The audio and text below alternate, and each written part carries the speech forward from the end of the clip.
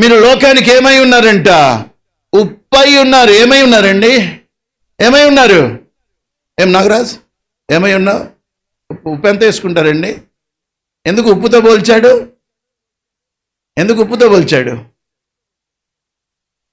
రుచి కరెక్టే. ఎందుకు ఉప్పుతో పోల్చాడు? పిలువబడిన వారు అనేకులు, ఏర్పరచబడిన వారు. కొంతమంది భోజనం చేసేటప్పుడు, ఇప్పుడు జరగబోతున్నాయి భోజనాలు, అన్న కొంచెం ఉప్పు తీసుకురండి అని అంటారు. ఏమంటారు?